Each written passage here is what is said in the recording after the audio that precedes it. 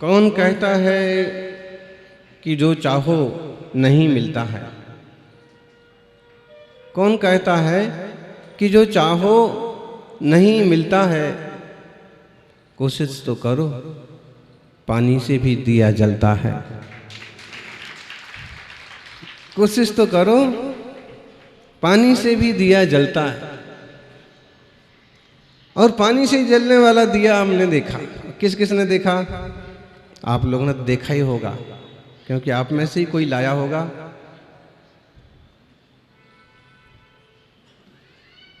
पानी से दीपक जल रहा है। भक्तामर जी में मानतुंग स्वामी कहते हैं, निर्धूम वर्तिरप वर्जित तैल पूरहा कृष्णम जगत त्रयमिदं प्रकटी करोसि गम्यो न जातु मरुतां चलिता चलानाम दीपो परस्तमसिनाथ जगत प्रकाशा।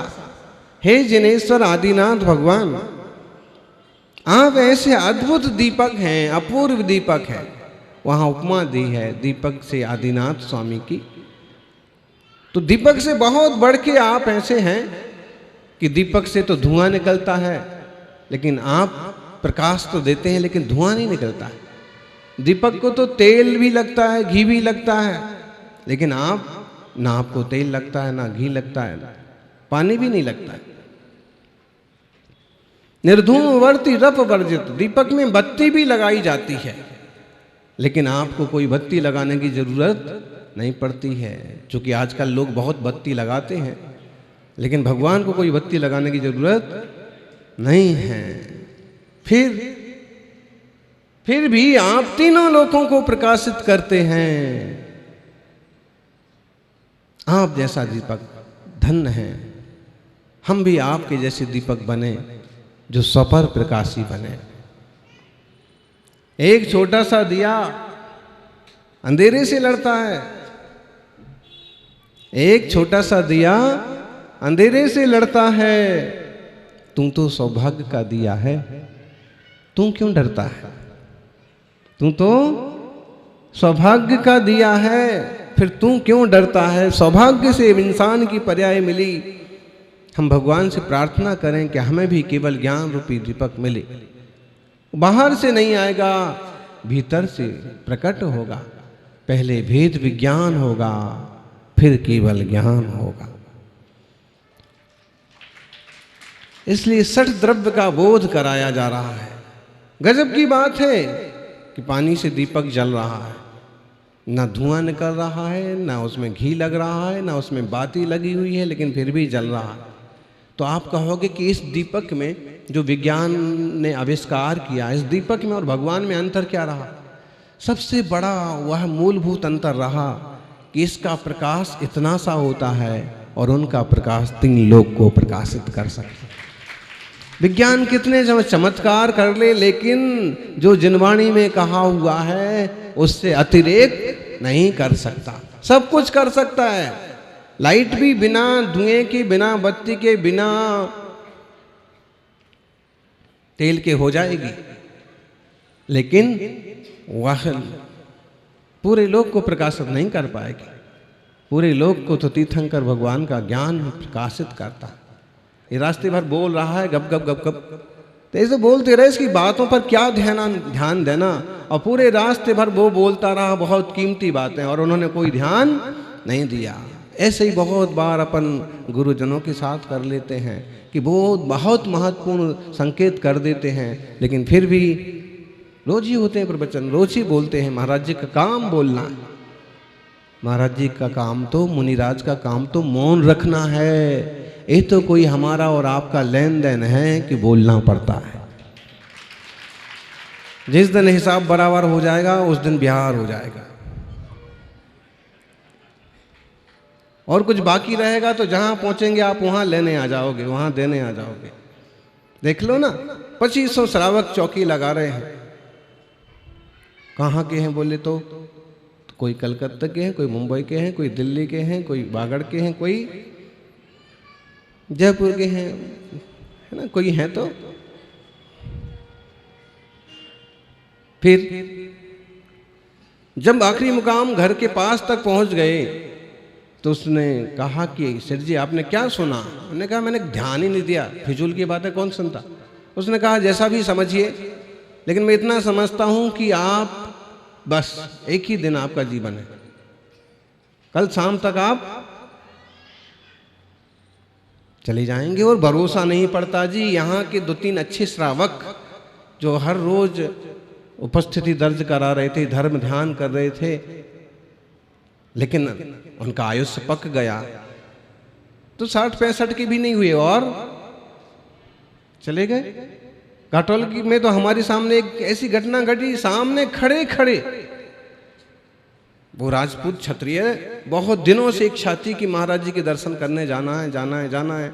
तो एक दिन अपने मित्रों के साथ, 1-2 जैन मित्रों के साथ दर्शन के लिए आया, अच्छे से दर्शन किया और परिचय दिया लोगों ने कि आदिनाथ भगवान की हमेशा जय बोलता है, जय आदिनाथ बोल के नमस्कार करता है, बहुत श्रद्धा है जैन धर्म की। मुनि कभी वहाँ से निकलते तो अपने घर में ही विश्राम करवाता है, बड़ा घर है तो एक हिस्सा खाली कर रखा है, वगैरह वगैरह लोगों ने बताया। पता नहीं क्या योग संयोग था कि वो दीवार के पास यहाँ दर्शन किया और सामने जब दूसरे दर्शन कर रहे तो अपन पीछे हट जाओ, पीछे हट के दीवार के पास खड़ा हो गया, हाथ जोड़े रहा। अटैक आया होगा और 2 मिनट में तो धीरे धीरे बैठ गया जमीन पर और 5 मिनट में तो फैसला हो गया। तो भरोसा नहीं पड़ता। शिष्य ने भी उसकी बात को मान लिया कि हाँ तू कह रहा है तो हो सकता है मैं शाम तक चला जाऊंगा, लेकिन तेरे को मालूम कैसे पड़ा? उसने कहा कि भले आप मुझे बेवकूफ समझें, लेकिन थोड़े थोड़े निमित्त का ज्ञान मुझे है और आपके कुछ लक्षण ऐसे दिख रहे हैं कि आप कल तक के मेहमान हैं। लेकिन मेरी एक बात ध्यान रखना, स्वर्ग जाकर के भी आप अपना पुण्य का फल पहले देखना, पुण्य का फल पहले पूछना, फिर बाद में भले आपके पाप के फल भोगना, जो करना वो करना।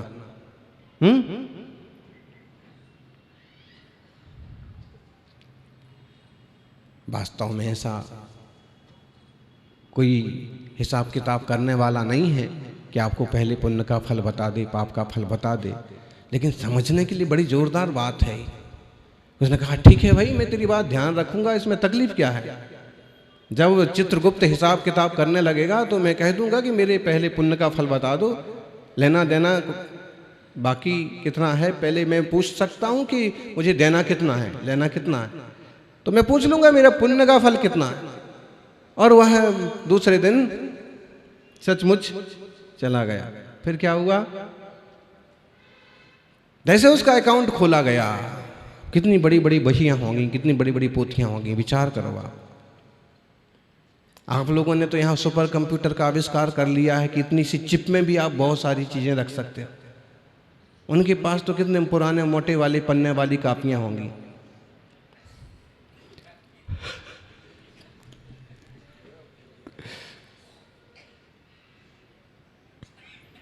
और कापियां इधर से उधर पलटी गईं।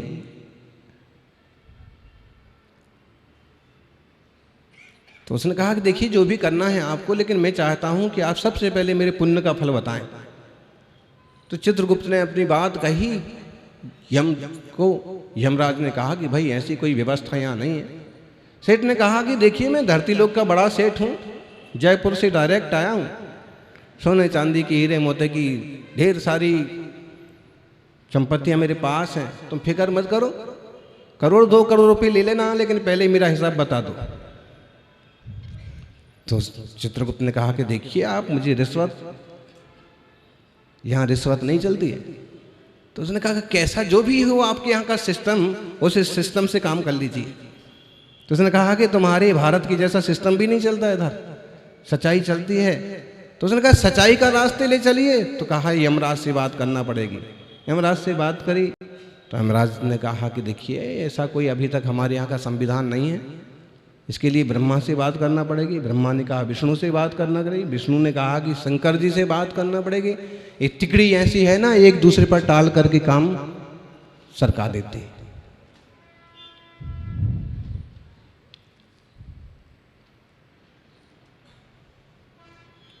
ठीक है। उन्होंने कहा कि आप जिससे भी बात करिए लेकिन मुझे बता दीजिए।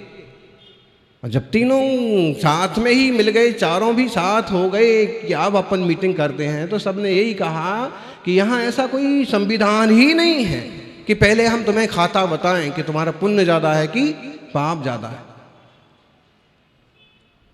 तभी इनके जैसा समझदार कोई वहाँ पर खड़ा था और उसने कहा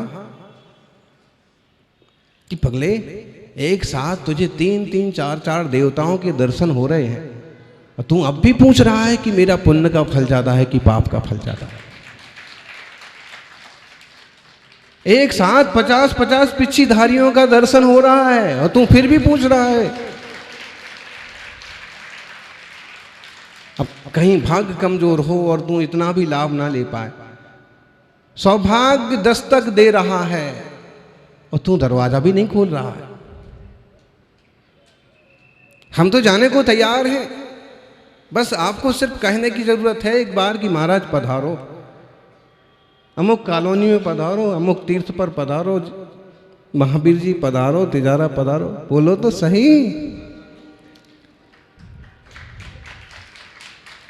लेकिन अब सौभाग्य क्या करे, दरवाजा बंद है तो दरवाजे खोलो ज्ञानी। पुण्य तो आने को तैयार है। मुनि राज चलते फिरते पुण्य के वैभव हैं, रत्नत्रय के पुंज हैं, चलते फिरते कल्प वृक्ष हैं। आचार्य देव दान शासन ग्रंथ में कहते हैं कि जिस आंगन में मुनि का कदम रखा, जिस जगह पर मुनि का पैर लगा, वह आंगन, वह जगह कल्प वृक्ष के समान हो जाती है। मुनि का आगमन, रत्नत्रयधारी मुनिराज, अरे अपूर्व महिमा है। ये तो मोक्ष मार्ग के यात्री हैं, चलते चलते चलते चलते और यहाँ पर पड़ाव डाल लिया है और इस पड़ाव के बाद आगे की यात्रा चालू हो जाएगी और इस यात्रा में एक दिन श्रेणी आरोहण होगा और यह जीवात्मा सिद्ध लोक में सिद्धों का साक्षी साथीदार बन जाएगा। तो इस बात को गंभीरता से लें, हम समझें कि यह जीव ही सिद्ध हो जाता है। जो मुनिराज आज आपके सामने यूं अंजलि बांध करके, मुद्रा बांध करके आ रहे हैं और जिनके लिए आज तुम पड़गाहन के लिए नमोस्तु नमोस्तु कर रहे हो, अगर कभी आपको विशेष विशेष ज्ञान हो जाए और मालूम पड़ा कि जो मुनि हमारे यहाँ पड़गाहन होता था वो यहाँ से स्वर्ग गए हैं या यहाँ से विदेश क्षेत्र गए हैं और वहाँ से केवल ज्ञान होकर के सिद्ध बन गए हैं, आपके परिणामों में कैसा निखार आएगा। बिल्कुल सब कुछ संभव है। जब आप 8-10 साल के हो, 12-15 साल के हो और आहार दे रहे हैं, 90 साल के मुनिराज हैं और उनका समाधि मरण हो गया और समझ लीजिए किसी कारण से उनका विदेश क्षेत्र में जन्म हो गया और वहां भी उन्होंने सावधानी बरत करके पुनः रत्नत्रय को प्राप्त किया और तब करके 8 साल में, 8.25 साल में, 10 साल की उम्र में और केवल ज्ञान प्राप्त कर लिया। संभव है। हम सभी जीव हैं, चेतना हमारा स्वभाव है, राग द्वेषमय विकारों से हमारा सब नुकसान हो रहा है। हम इन विकारों से बचें, कर्म के आश्रय बंध से बचने का प्रयास करें तो हमारा कल्याण जरूर होगा। सौभाग्यशाली हो। आचार्य देव कुंद स्वामी प्रवचन सार में द्रव्य विशेष प्रज्ञापनाधिकार में कहते हैं, पहली ही गाथा है, दब्बम जीवम जीवम जीवो पुण्यचेदनो वोगमो पुग्गल दब्बमुहम अचेदनम हवदिया अजीवम। द्रव्य कितने प्रकार के हैं? द्रव्य संग्रह का पाठ किस किसने पढ़ा है? बहुत छोटा सा बहुत सुंदर ग्रंथ है, वेरी ब्यूटीफुल और बहुत ज्ञान बढ़ाने वाला। किस किसने पढ़ा द्रव्य संग्रह? पहला गाथा बोलिए, पहली गाथा। जब जीवम जीवम दब्बम जिणवर बस हेण जेण निदिठम देविंद विंद वंदम वंदे तम सर्वदा। कितने द्रव्य कहे हैं? जिनवर ऋषभ ने, जिनवर ऋषभ मतलब ऋषभ देव भी है, जिनवरों मुख्य बोले तो महावीर भी है। और उन्होंने कहा द्रव्य मूलतः कितने हैं? बोलो बोलो, दीप प्रदीप कितने हैं? 2 द्रव्य है। कौन कौन से? जीवम अजीवम दब्बम। अब यहां भी वही बात करे, दब्बम जीवम अजीवम, जीवम अजीवम दब्बम। आचार्य भगवंतों के वचन एक दूसरे के वचनों को कभी काटते नहीं है। जो आचार्य भगवंत जिनेश्वर की आज्ञा में चलते हैं, जो मुनिराज जिनेश्वर की आज्ञा में चलते हैं, उनके वचन कभी एक दूसरे के वचनों को काटते नहीं है। और कोई अपनी मनमानी पर उतर आए तो उसका कोई इलाज नहीं है। वहां जीव मजीवम दब्बम कहा, यहां दब्बम जीव मजीवम कहा, एक ही तो बात है। द्रव्य कितने हैं? 2, जीव अजीव। आप जीव हैं कि अजीब हैं? हैं? लेकिन कभी कभी कभी कभी लोग आपसे बोलने लगते हैं, जब आप ऐसा कुछ भी काम करते हैं, गड़बड़ करते हैं, तो सामने वाला आपसे बोलता है कि आप अजीब इंसान हैं। मतलब तो वो उर्दू वाला अजीब है, हिंदी वाला अजीब नहीं है। उसका मतलब है कि आप अजीब, मतलब है कि गड़बड़ टाइप के आदमी हैं। अब यहां गड़बड़ टाइप का तो मेरे को लगता है कि कोई नहीं है।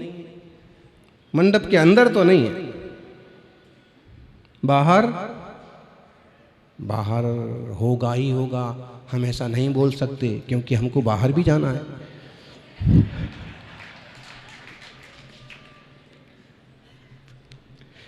दब्बम जीव मजीवम, जीवो पुण्य चेतनो ओगमो। और जीव जो है चेतन उपयोगमय है। कैसा है? चेतना है। हमारा धन क्या है? बोलो, चेतन धन। धनपाल है कोई? हमारा धन क्या है? चेतन, चेतना, ज्ञान हमारा धन है, हमारा वैभव है। तो वही कह रहे हैं कि जो जीव है वो चेतनमय है।